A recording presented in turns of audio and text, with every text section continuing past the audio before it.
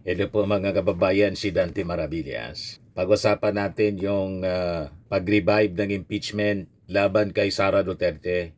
Kasi 1 month na lang, siguradong ma-impeach muli sa pangalawang pagkakataon si Sara Duterte. Hindi siya tatantanan siyempre, mga kababayan. Kasi deserve niyang ma-impeach. Ang sabi dito sa balita, yung affidavit ni Madriaga, idadagdag daw sa bagong impeachment complaint na i-endorso mga kababayan ng Makabayan Black.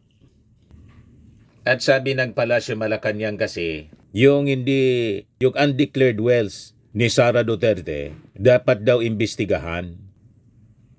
Di ano niya, Mr. Maravillas, ang ibig sabihin niyan, malamang isupport na mismo ng ating Pangulo yung impeachment kay Sara. Kung noon, mga kababayan, hindi sinuporta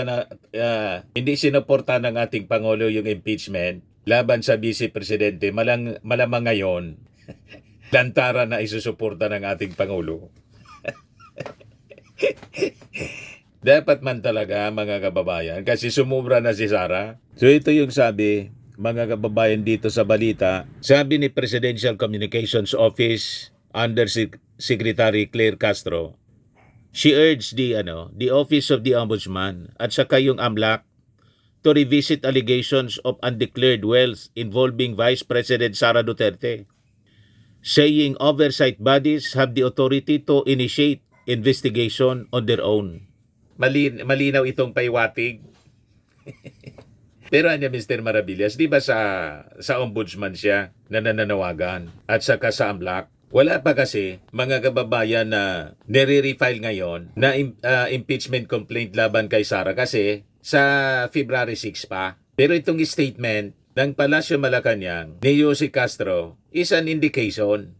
Any investigation laban sa Vice Presidente involving her bank accounts, malinaw na sa impeachment po kasama ito. Sa pinag-uusapan, mga kababayan na dapat na mangyari during the trial sana. Kaya lang hindi nangyari dahil marami sa mga senador kalyado ni Sara Duterte. By this time, mga kababayan, baka maiba na po ang komposisyon ng Senado kasi si Batorni nagtatago na.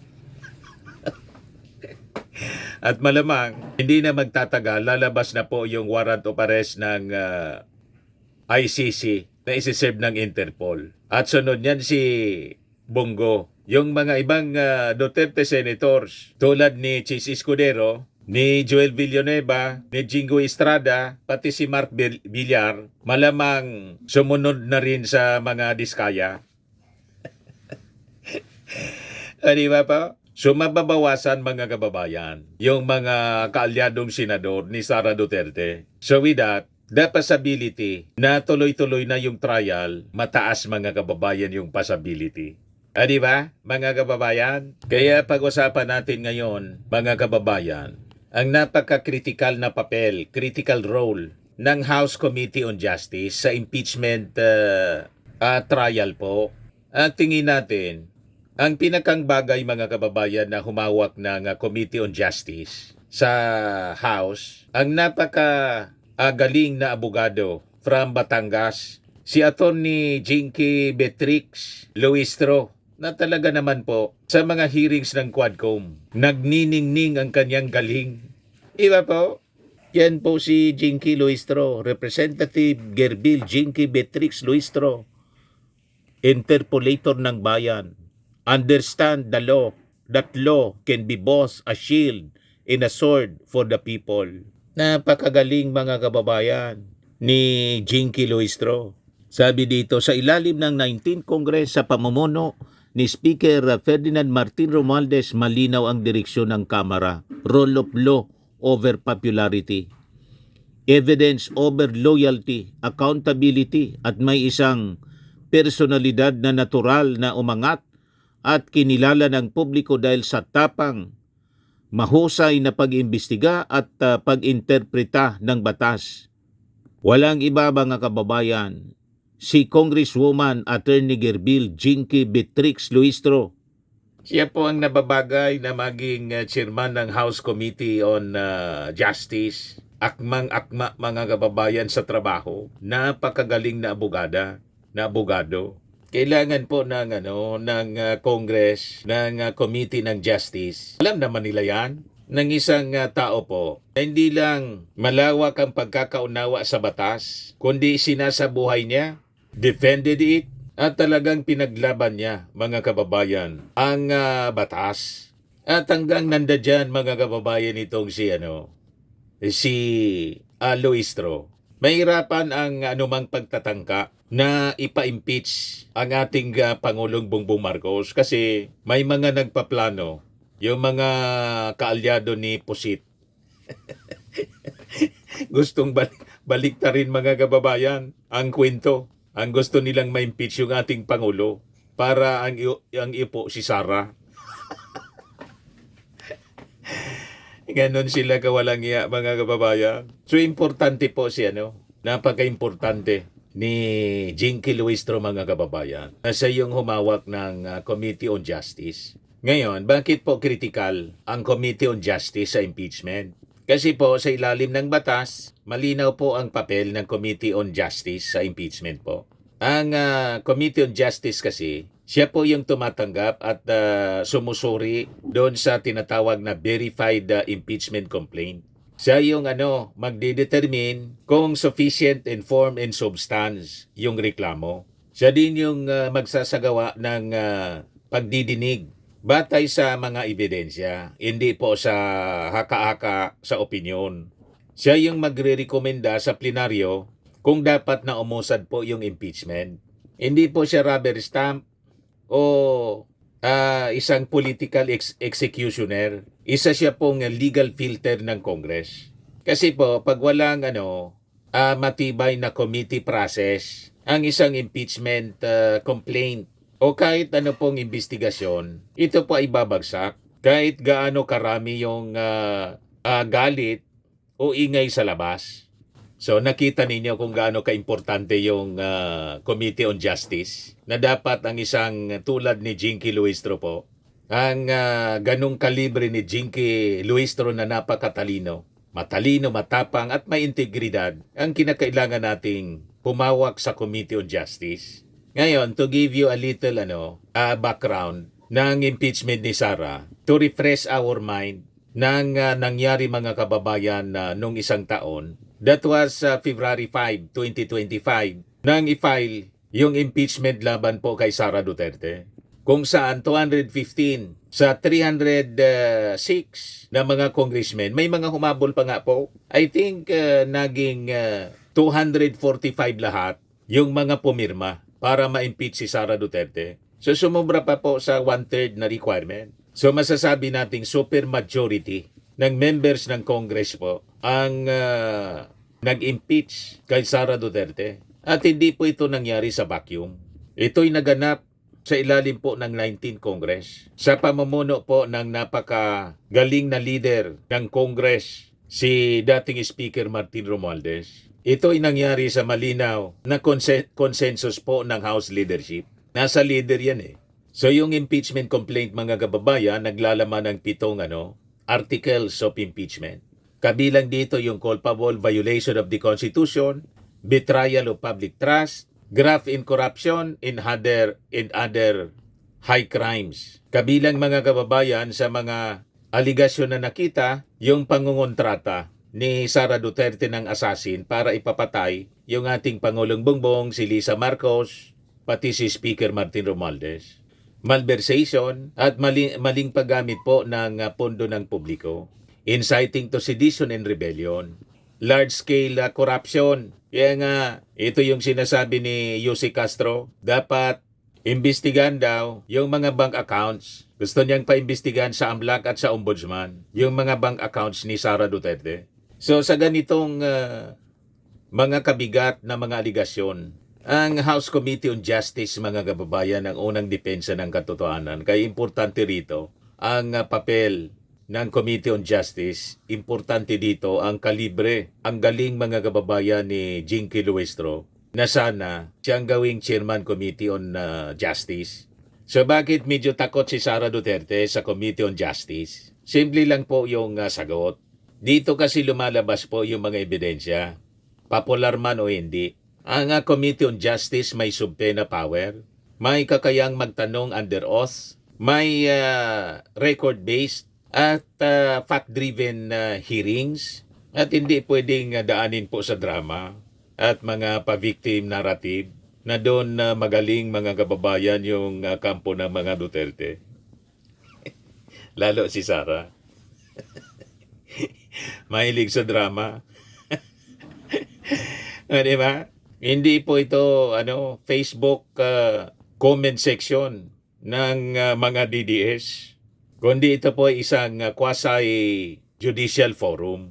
At kapag mga kababayan ang usapin ay confidential funds, AJKs, abuse of power, pogo links, public accountability, hindi po sapat ang loyalty politics. Kailangan po dito ng batas. So ang patunay ng lakas ng committee, yung nangyari po kay Harry Roque, siguro naman nakita ninyo kung paano magtanong si nag-isa si Atty. Harry Roque ni Jinky Luistro. Na corner po. Hindi umobra, mga kababayan, si Harry Roque. Na corner, mga kababayan, sa kanyang pagkasangkot sa pugo. Hindi po opinion ang ginamit, kundi facts and records. Corner si Atty. Harry Roque. Doon nagsimula na magtago si Atty. Harry Roque. The rest is history. Biglang tumakas pa ibang bansa. Nandun na ngayon sa Europe.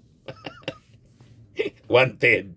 Nang sinungaling mga kababayan si Atty. Harry Roque, siya ay pinaditinin ng House. Umakyat sa Supreme Court at ano ang naging desisyon? Tinanggihan po ng Supreme Court ang kanyang petisyon at pinayagan po ang House Quad Committee, kung saan kabilang po ang Committee on Justice na ipatupad ang arrest order kaugnay po ng investigasyon sa Pogo at sa AJK sa panahon po ng Duterte administration. So ang ibig sabihin nito, lehitimo, may basihan, may due process po. So dito natin makikita kung gaano kagaling pagdating sa batas ni Representative Jinky Luistro, mga kababayan. So ano po yung ang saklaw at track record ng House Committee on Justice? Hindi lang po impeachment ang hawak ng committee. Ang key functions and jurisdiction niya po, kasama dyan yung administration of justice, judiciary oversight,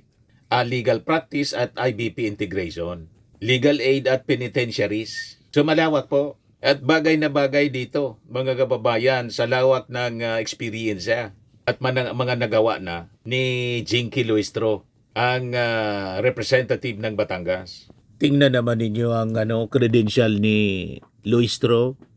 A cum laude graduate and best debater of the University of Batangas College of Law.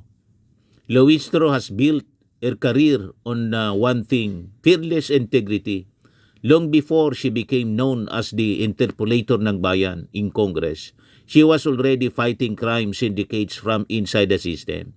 She was part of the Special Presidential Task Force 156 that dismantled the multi-billion peso tax credit certificate syndicates, a mission so impactful it led to the abolition of the DOF's One-Stop Shop Center. Hindi pa uso noon ang anti-corruption hashtags, pero nandyan na si Attorney Gerville risking her own safety for the truth. Isang abogadong di kampanaryo. Hindi lang kampanilya. Di ba, abogado di kampanilya? Kampanaryo na po. Sa tindi ng kanyang salawak, ng kanyang experience at mga achievement sa buhay. Di ba po? Ito yung notable legislative work niya, Digital Nomad Visa Act, AJK as heinous crime bills. Kasama yung CHR, PNP, OSG, NUPL, Judiciary Fiscal Autonomy Act, CHR Charter Bill, advance at committee level noong 2024. SOGI SC, Anti-Discrimination Bills. Sa budget oversight naman, DOJ budget reviews for fiscal year 2025 at 2026. Suporta sa DOJ na may 89.55% prosecution success rate, pagsusulong ng mataas na pondo batay sa performance, hindi sa palakasan. Sa Quadcom naman, noong Agosto 6, 2024, inaprubahan ng House ang pagbuo ng Quadcom, Justice, Dangerous Drugs, Public Order, House Human Rights, Public Accounts, para sa malawakang investigasyon sa mga isyung may pambansang epekto. Nag-aral din siya. Nag-aral ang miyembro sa US, sa international benchmarking po. Nag-aral ang mga miyembro sa US kasama ang DOJ at ABA Rule of Law Initiative upang palakasin ang lokal na justice system. O di ba? Talagang very competent siya, mga kababayan, na maging chairman committee ng House Committee on Justice. At higit sa lahat, mga kababayan, malinis yung pangalan niya. Walang kaso, walang ethics violations, may track record ng transparency sa local governance. At may legislative substansya. Ito yung mga pangunahing panukala at pinanindigan niya po kabalikat sa Pagtuturo Act. 7,500 to 10,000 allowance para sa mga teachers. AKAP program, tulong sa kumikita ng mas mababa sa 21,000 pesos. Confidential funds regulation, malinaw na standards at accountability. Anti-fake news advocacy, kultura ng katotohanan. Tapos ito, Universal Education Assistance Act. Suporta sa HSS, TVET at college students. Makikita ninyo kung gaano siya kasipag bilang isang legislator. O di ba po? May balance sa kanyang legislation. At isa siyang magaling na leader, mga kababayan. May leadership siya under pressure. Sa harap po ng mga makapangyarihang personalidad, hindi siya po umatras, hindi siya nagpa-intimidate. At sa kanyang pamumuno sa Committee on Justice, tahimik siya pero malalim. Technical siya pero malinaw. Matapang pero may disiplina po. Yan ang personality ni Jinky Luistro na talagang hinangaan ng mga mamamayang Filipino. Pwedeng-pwede nga siya sana na maging Secretary of the Department of Justice. Kung hindi, pwede na siyang tumakbong senador. Sa 2028 election, sana tumakbo si Jinky Luistro, senador. Yung mga kalibre ni Jinky Luistro, mga kababayan, ang dapat nandyan sa Senado. O di ba po? But anyway, tumakbo siya uli for re-election bilang congresswoman ng Batangas. And mabuti naman para may magaling tayo na maasahan talaga sa Kongreso. So going back mga kababayan sa issue ng impeachment, sa batas po malinaw ang prinsipyo. Ang impeachment po ay hindi man po siya pag-iingganti. Isa po itong mekanismo ng accountability. At ang House Committee on Justice, mga kababayan, siya yung nagsisiguro na hindi po basta-basta yung kaso. Hindi naaboso yung proseso. Hindi natatabunan ang mga ebidensya ng mga propaganda. So sa ilalim po ni Speaker Martin Romualdez noon, malinaw po yung mensahe ng Kamara. Wala pong sagrado kapag may question of accountability ng pananagutan. At sa pangunguna po ni Jinky Luistro, malinaw din po yung naging pamantayan. Katotohanan mo na kahit sino pa man ang masaktan. Ganon. So ang hustisya, mga kababayan, dapat hindi po ito sumisigaw. Dapat ito ay matibay, tahimik, at laging nakabatay sa batas. At sa impeachment po ng pangalawa sa pinakang mataas na opisyal ng bansa, kailangan po natin ng committee na hindi po natitinag at ng leader na hindi natatakot. At yan, mga kababayan, nakikita natin sa personality ni Batangas Representative Jinky Luistro. Tama pa, mga kababayan? Perfect niya, Mr. Maravillas, kung si Jinky ang nandiyan. Perfect talaga po. Ayan lang po yung ating short video ngayon. Maraming salamat po sa inyo. Paki-share na lang nitong ating video. And click subscribe na rin po sa ating YouTube channel. Sa mga naghanap ng malinis and spacious fitness gym, pumunta lang po kayo sa aming Colossal Fitness Gym. We also offer Grab Car Rental with our brand new 2023 model ng Toyota Innova. We also accept booking for those who are planning to travel via PAL, Cebu Pacific, and other airline companies, local and international, and bills payment for Meralco Bills, PLDT, Aleco Bills, etc. Ang Colossal Fitness Gym is located at 3rd floor Security Bank Building, Landco Business Park, Legazpi City, Albay. For inquiries, look for Chilon Maravillas. Contact number 0966-802-0949. Yan yung aming Innova. Lagi na pong matao sa amin. Pati mga foreigners po, tingnan ninyo. Mga British tourists sila. Ang lalaki ng katawan na, mga kababayan, nag-gym sa amin. Ito naman po, Indian National. Ito mga mga European sila. Ito naman yung bago naming product na binibenta online, Eye Glow Serum. Whitening po siya galing sa South Korea. Tingnan ninyo yung epekto sa aking anak na architect entrepreneur, Riz Maravillas. For inquiries, look for Riz Maravillas on FB. Ito naman po, Firmax Firming and Lifting Cream. Pinapahid po ito sa mga pulses in other affected area. Ayan po ito sa paninigas ng mga kaso-kasuan. Ito po, Automax Radiant Serum. Sa mukha naman yung application. Anti-aging po siya. You will look 10 years younger than your age. Ito naman po yung bagong product naming binibenta online. I am worldwide amazing pure organic barley powdered drink mix from Australia. Endorsed by cancer survivor actress Maritone Fernandez. So mainam po ito sa may mga cancer at for cancer prevention na rin po.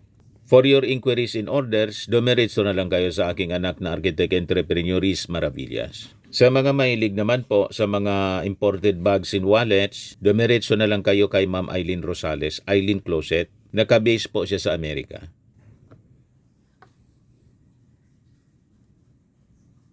Sa mga mahilig naman po magpa-spa, try nyo po ito sa Pamper City by OMG, your luxury escape, located at Asiana City, Parañaque City, Metro Manila.